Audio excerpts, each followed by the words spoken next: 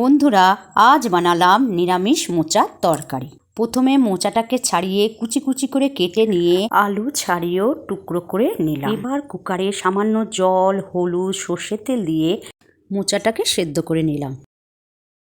Cooker খুলে জল ছেঁকে নিয়ে হাত দিয়ে চটকে নিলাম। এরপর ছোলার ডাল বেটে নুন হলুদ দিয়ে ভেজে সেই তেলে টুকরো করা আলুগুলোকেও ভেজে তুলে রাখলাম। তেল গরম করে তাতে তেজপাতা, গোটা গরম মশলা, কুচনো টমেটো, লঙ্কা বাটা, আদা বাটা, জিরের গুঁড়ো, ধনের গুঁড়ো, পরিমাপ মতো নুন, চিনি, হলুদ দিয়ে ভালো করে কষিয়ে তাতে নারকেল কোড়া দিয়ে নাড়িয়ে সেদ্ধ করা মোচা দিয়ে নাড়তে থাকলাম।